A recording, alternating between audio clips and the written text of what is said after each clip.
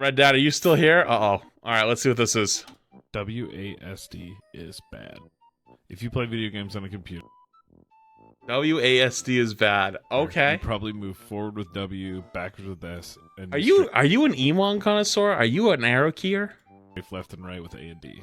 If you're like me, you might even have a gamer keyboard that lights up the WASD keys specifically to remind you of how you should be playing the game. But WASD is the inferior setup.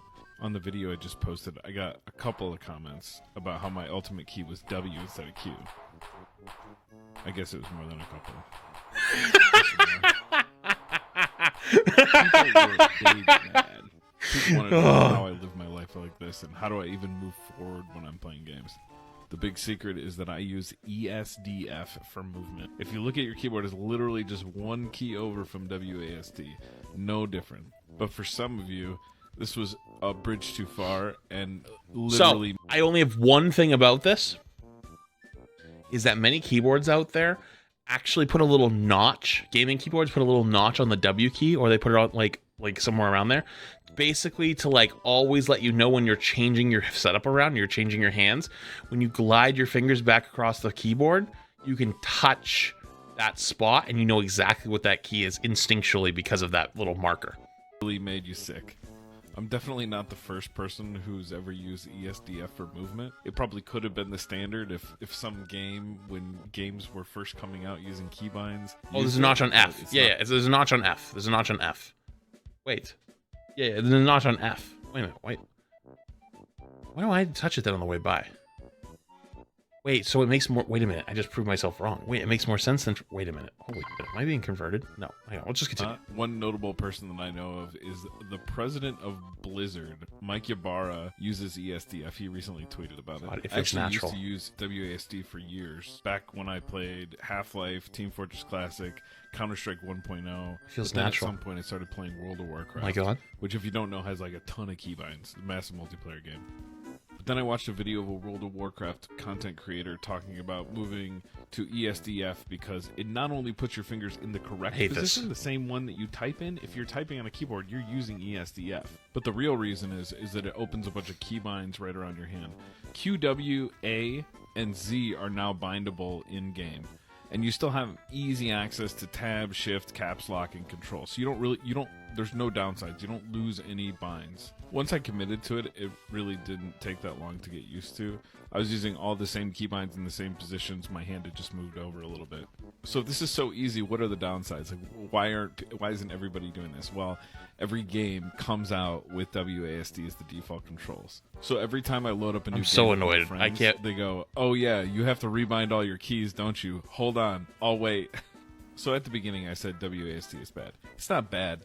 It may be inferior to ESDF, but should you rebind to it? If you just play shooters, I'd say no. If you play massive multiplayer games, World of Warcraft, Final Fantasy, maybe. It might be worth it. It's up to you. I just think the most surprising thing was how many people were blown away that anybody could possibly play without the default keybinds.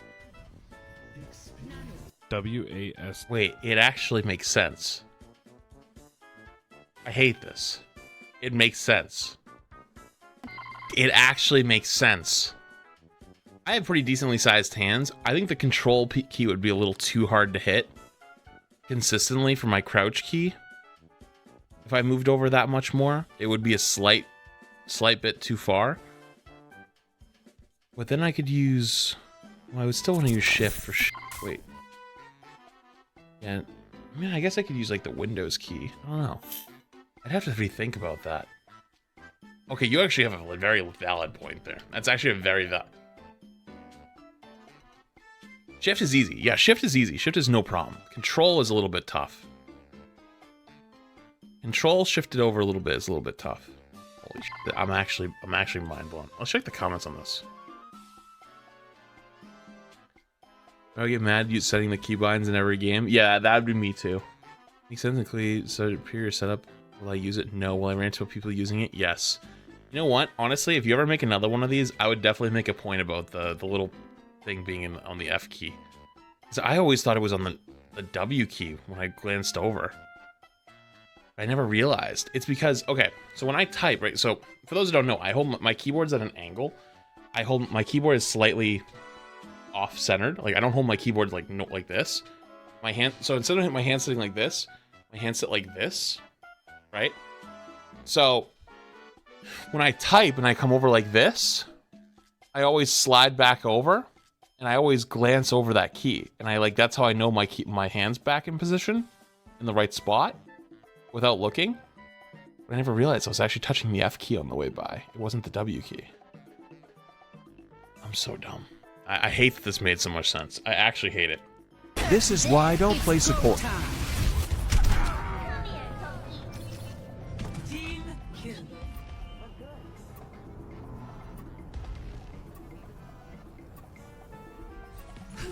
That wasn't my best shot.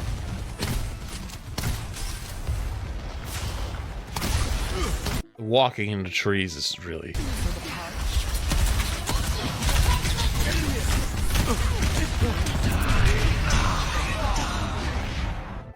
This is why I don't... So you're not playing support because you're bad at it, right? Not because you don't want to play it? play support. Because one, you don't have your lamp on cooldown. Two, if you were actually really, really, really fast with it, with your map awareness, you would have been able to jump up here. Three. What in the f is this? Walk in first, lamp in front. Miss, dead. I gotta check the comments on this one. They gotta be good, please. Brew through the lamp of the enemy. Mud 5. Neutron 4.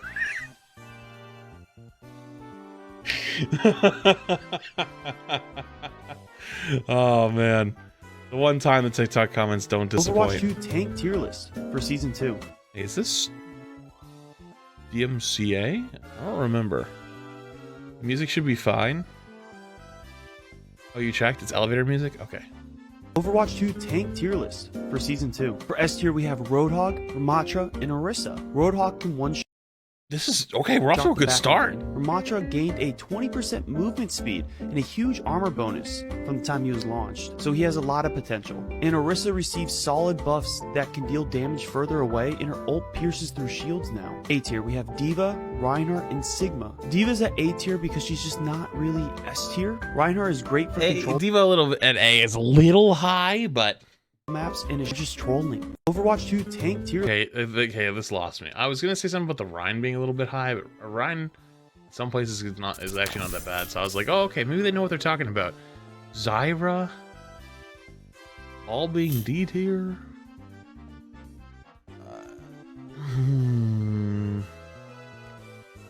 I don't know about this one, Chief. I don't know about this one. Comments? Never rate again. Never make a tier list again. Bro started playing tomorrow. Who is Zyra? Oh, Claire S tier. True. Actually true. Alright. Next. These are the kids who are asking for a Roadhog nerf. You're in the middle, you're wide open. What do you expect? These are the kids who are asking for a Roadhog nerf. You're in the middle, you're wide. So, guy shows a clip of a guy getting hooked down a hallway. First off, that guy's on the opposite end of the hallway and says, well, you're staying in the middle of the open. What are you doing? Bro, this guy got snatched from his cradle, dude. Like, what? How? Yeah, like, of course you could play the corner a little better.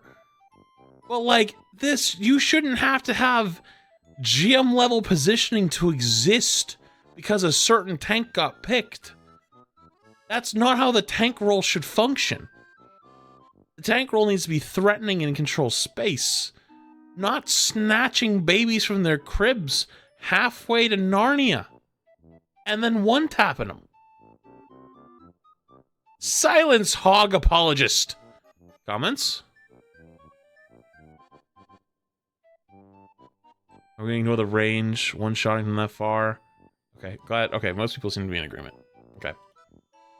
Hey Overwatch players, Roadhog is not overpowered, you just have no idea how to counter him. Maybe just stay in the correct position and you won't get hooked and one-shotted. Hey, the reason why Roadhog is so powerful is because you have a tank that can range grab you and then one-shot you from across the map. There's not another tank who does that. I know this is probably rage bait to get comments, but I'm just saying, though, there are no other tanks that do that. The only other tanks that have one-shots are Reinhardt, who has to charge his whole body in his whole positioning and risk himself, as well as Sigma, who has to generate a rock, throw it, land it, and then predict whatever their falling animation will be. So if they're up on high ground, or in the sky, or really far away, they might fall in a direction that you can't one-shot them, because you miss your follow-up left click. You don't have that problem with Hog. Hog just goes, yoink, thank you.